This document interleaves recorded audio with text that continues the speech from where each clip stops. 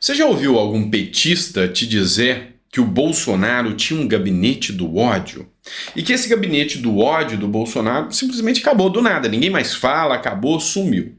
As funções desse gabinete, que eram liderados pelo chamado Carluxo, né, o filho do Bolsonaro, Carlos, que eles faziam impulsionamentos de mensagens de WhatsApp, que eles falavam mal de opositores políticos com impulsionamento e propagavam mensagens de ódio contra o governo Lula, contra os esquerdistas, contra as instituições, ex-presidentes. Você já ouviu falar disso? Pois é. Você também já ouviu falar daquela frase "acuse-os do que você é"? Eis o editorial do Estadão para você.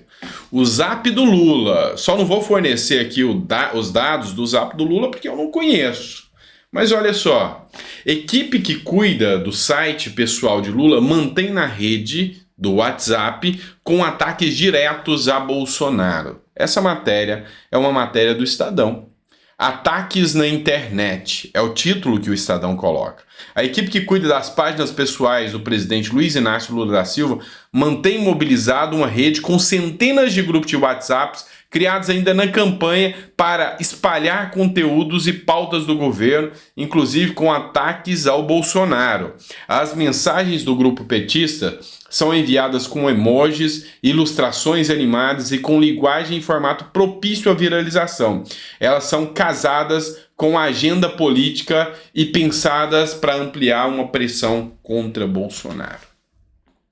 Pois é, hoje a política do cancelamento, ela já é uma realidade. Você sabe que qualquer um que não se adequa às pautas dessa agenda de esquerda vai ter o cancelamento feito. É o caso do Monark, do Mamãe Falei, enfim, várias pessoas, se não andar na pauta do governo, já tinham cancelamento antes. Agora, o tal gabinete do ódio que eles tanto falavam que o Bolsonaro tinha, tá lá dentro da agenda petista e o pior, ao que dá a entender pelo editorial do Estadão, bancado com o nosso dinheiro público também. Pois é, seria então um sujo falando mal lavado? Isso é complicado, né? Bora para outro editorial agora para vocês.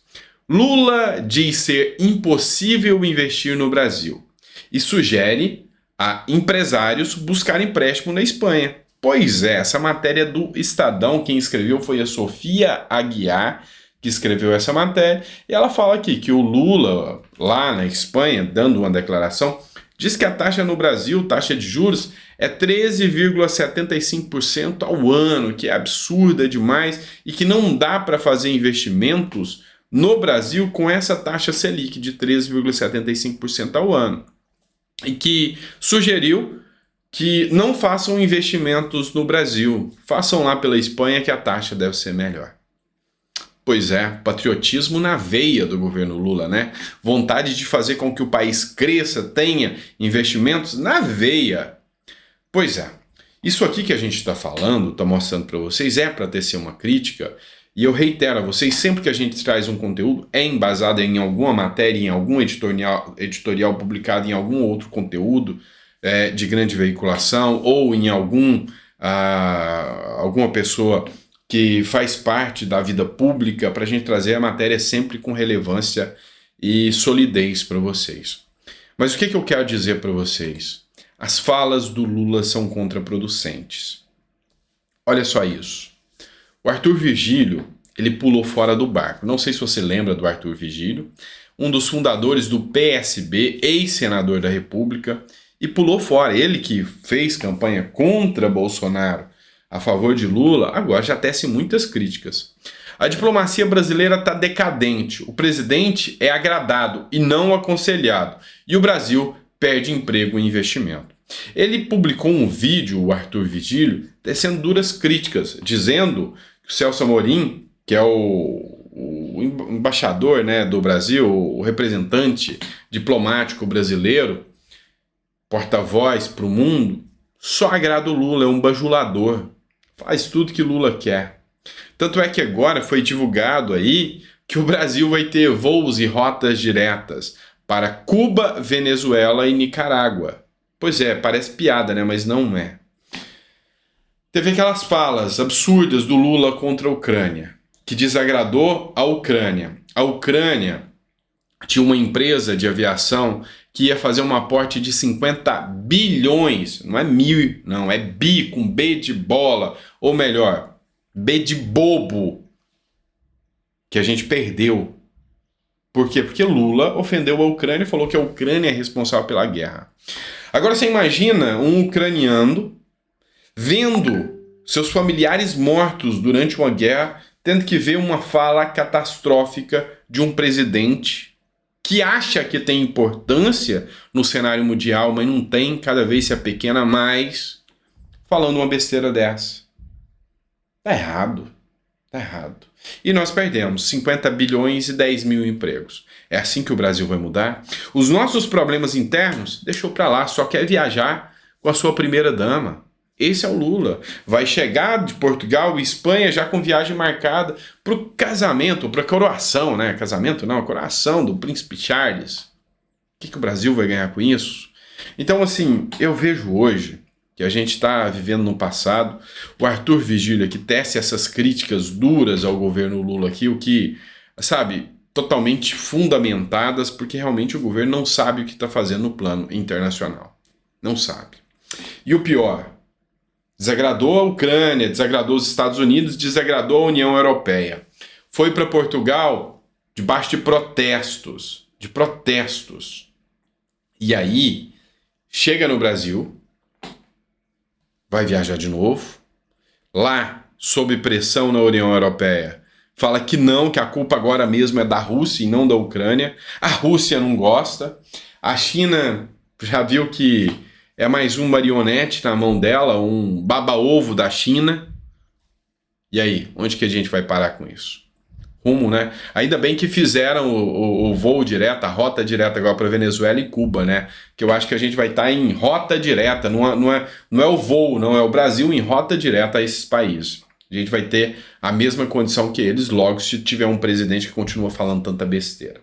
Agora uma notícia ruim aqui, pessoal, tá? A senadora Soraya Tronic é internada na UTI após uma crise alérgica e ela tá hospitalizada e parece que não tá muito bem de saúde. Então desejo assim melhoras à senadora Soraya Tronic e que a saúde dela seja restabelecida o mais rápido possível, tá?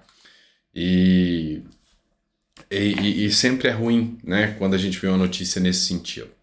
Bora lá, vou trazer uma matéria do Metrópolis aqui para vocês. Existe um jornalista, tá? Isso aqui levanta um pensamento filosófico sobre a segurança no Brasil, né? Um pensamento crítico mesmo. O jornalista Ivan Moré falou sobre segurança após ser vítima do terceiro assalto já. Ele usou as redes sociais para contar o que aconteceu com ele e a namorada na cidade de São Paulo. Só que assim, recebeu muita crítica. Por exemplo, o próprio Bernardo Eli, tá? Que é um influenciador também aqui do Twitter aqui, ele escreveu o seguinte: o Ivan falou que sofreu 3 assaltos, que o cara chegou bem vestido e pôs a arma e levou e foi 3 assaltos em pouco tempo. O Bernardo escreve o seguinte: um criminoso bem vestido na garupa de uma moto e armado não está assaltando esse príncipe aí por falta de escola, educação ou oportunidade. Ele está roubando por ambição, impunidade e a certeza de que a vítima está desarmada e não vai reagir. O cara se ferra, né, 3 vezes e continua romantizando o criminoso. É um blá blá blá, esquerda caviar, monopólio das virtudes, Whiskas sachê. Mais honesto é o bonitão aí, se vestir de branco e fazer um abraço simbólico ao Parque do Povo. Cantar a paz, do Gilberto Gil. O que é a crítica do Bernardo Eli aqui? A crítica do Bernardo Eli é sobre a hipocrisia de como a esquerda encara o crescimento da violência no Brasil. Tá?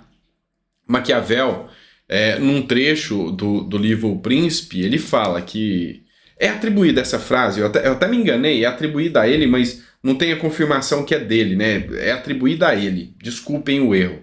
Mas diz que a forma de separar um homem mau com a arma na mão é um homem bom com a arma na mão. Fizeram uma comparação do Maquiavel, mas não é dele. Enfim, e é isso. É a hipocrisia de encarar as coisas como estão. Lula já entra e tira as armas. Diminuiu a criminalidade? Não. Mas você vai saber o real potencial da criminalidade? Não. Esse governo esconde isso. Tá? Então, assim, desarmar a população é entregar, com toda certeza, a ovelha na mão dos lobos. Né? Não tenha dúvida disso. Então, assim, é crítico o que está acontecendo no Brasil. Tá certo? Pessoal, obrigado por ter ficado até o final do vídeo. É sempre um prazer estar aqui com vocês. Espero que vocês estejam gostando do nosso editorial, da forma que está sendo feito. E assim, a gente vai continuar trazendo todas essas pautas para vocês e fazendo uma discussão crítica realmente do que está acontecendo com o nosso Brasil.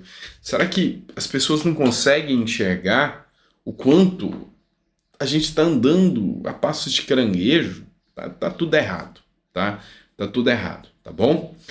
Grande abraço, fica com Deus e até o próximo vídeo.